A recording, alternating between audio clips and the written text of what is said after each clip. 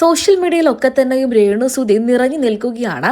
Social മീഡിയയിലും അഭിനയ രംഗത്തും സജീവ സാന്നിധ്യമായി തുടരുന്ന രേണുവിന് ഇന്ന് ലക്ഷക്കണക്കിന് ആരാധകരുണ്ട്.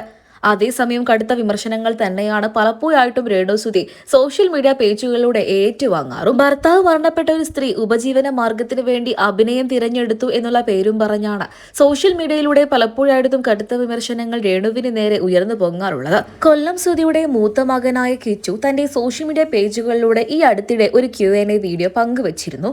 അതിൽ രാഹുൽ ദാസ് എന്ന കിച്ചു പറയുന്നുണ്ട്, എനിക്ക് എന്റെ അഭിപ്രായങ്ങളും തീരുമാനങ്ങളുമുണ്ട്. അമ്മയായ രേണുവിന് അവരുടേതായ അഭിപ്രായങ്ങളും തീരുമാനങ്ങളും ഉണ്ട് എന്നായിരുന്നു രാഹുൽ ദാസ് എന്ന കിച്ചു വെളിപ്പെടുത്തിയത്. തൊട്ടു പിന്നാലെ കിച്ചുവും രേണുവും അടിച്ചു പിരിഞ്ഞു എന്നൊക്കെ പറഞ്ഞുകൊണ്ട് നിരവധി വ്യാജ വാർത്തകളാണ് സോഷ്യൽ മീഡിയ പേജുകളിലൂടെ പ്രത്യക്ഷപ്പെടാനും തുടങ്ങിയത്. അതേസമയം ഈ വിഷയത്തിൽ പ്രതികരണം അറിയിച്ചുകൊണ്ട് സോഷ്യൽ മീഡിയയിലൂടെ തന്നെ രേണുസുതി രംഗത്തെത്തുകയും ചെയ്തു. ഞാനും എന്റെ മൂത്ത മകനായ കിച്ചുവും ഒരു പ്രശ്നവുമില്ല. ഞങ്ങൾ ഇപ്പോഴും ഒരുമിച്ചാണ്. എന്നാൽ അവന്റെ പഠനത്തിന്റെ തിരക്കുകൾ കാരണം കൊല്ലത്തെ വീട്ടിലാണ് താമസം. പഠനം കഴിഞ്ഞ് തിരിച്ചെത്തിയാൽ ഉടൻ തന്നെ ഞങ്ങൾ എല്ലാവരും ഒരുമിച്ച് തന്നെ ആയിരിക്കും എന്നാണ് രേണു വെളിപ്പെടുത്തിയത്. അതേസമയം നിരവധി പേരായിരുന്നു കൊല്ലം സുധിയുടെ ഭാര്യയായ രേണുസുതിയും മകൻ കിച്ചുവും അടിച്ചു പിരിഞ്ഞു എന്നൊക്കെ പറഞ്ഞുകൊണ്ട് വ്യാജ വാർത്തകൾ സോഷ്യൽ മീഡിയ പേജുകളിലൂടെ പങ്കുവച്ചത്. ഇതിനൊരു കാരണം കൂടെ ഉണ്ടായിരുന്നു. രേണുസുതിക്ക് വീട് പണി നൽകിയത് ഫിറോസ് ആയിരുന്നു. ഫിറോസ് കിച്ചുവിനും അതുപോലെ തന്നെ ഋതപ്പനും വേണ്ടിയാണ് വീട് പണിത് നൽകിയത്. കൊല്ലം സുധിയുടെ ഭാര്യ ആയതുകൊണ്ട് തന്നെ രേണുവും ആ വീട്ടിലാണ് താമസം.